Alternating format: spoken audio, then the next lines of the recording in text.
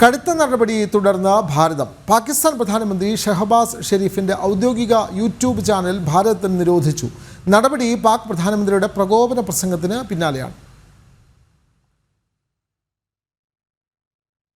വിവരങ്ങളുമായി ഗൗതം അനന്തനാരായണൻ ചേരുന്നു. ഗൗതം, നേരത്തെ തന്നെ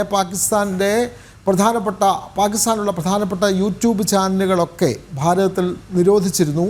ഇപ്പോൾ അതിന് പിന്നാലെയാണ് വളരെ കടുത്ത നടപടികളിലേക്ക് ഭാരതം കടക്കുന്നത്.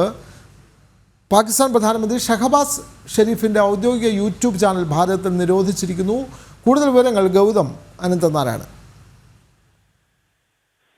വിനോദെ, നേരത്തെ 16ഓളം പാകിസ്ഥാൻ യൂട്യൂബ് ചാനലുകളുടെ നിരോധനത്തിന് പിന്നാലെ ഇപ്പോൾ പാക് പ്രധാനമന്ത്രി ഷഹബാസ് ഷെരീഫിന്റെ ഔദ്യോഗിക യൂട്യൂബ് ചാനൽ തന്നെ ഇപ്പോൾ ഭാരതം നിരോധിച്ചിരിക്കുകയാണ്.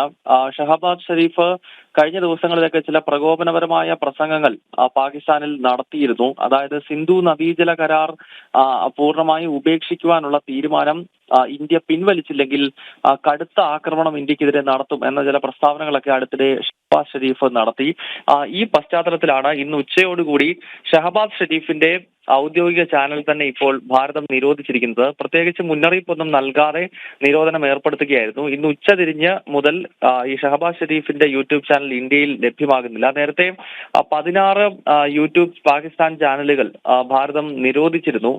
പാകിസ്ഥാനിലെ പ്രധാനപ്പെട്ട പത്രങ്ങൾ, ഡോൺ ഉൾപ്പെടെയുള്ള പത്രങ്ങളുടെ യൂട്യൂബ് ചാനലുകൾക്ക് നിരോധനം ഏർപ്പെടുത്തി. ഒപ്പം ക്രിക്കറ്റ് താരങ്ങളായിട്ടുള്ള ഷാഹിദ് അഫ്രീദി, ഷോയിബ് അക്തർ തുടങ്ങിയ മുൻ പാകിസ്ഥാൻ ക്രിക്കറ്റ് ടീം കളിക്കാരുടെയും യൂട്യൂബ് ചാനലുകൾക്ക് നിരോധനം ഏർപ്പെടുത്തിയിരുന്നു. തുടർച്ചയായി ഇന്ത്യ വിരുദ്ധമായ വാർത്തകളും മറ്റും നൽകിയ അടിസ്ഥാനത്തിലാണ് ഈ നടപടി ഉണ്ടായത്. ഇപ്പോൾ ഏറ്റവും ഒടുവിൽ പാകിസ്ഥാൻ പ്രധാനമന്ത്രിയുടെ യൂട്യൂബ് ചാനൽ തന്നെ ഭാരതം ബാൻ ചെയ്തിരിക്കുകയാണ്. വിനോദ്, അതെ, വളരെ കടുത്ത നടപടികളിലേക്ക് ഭാരതം കടക്കുന്നു.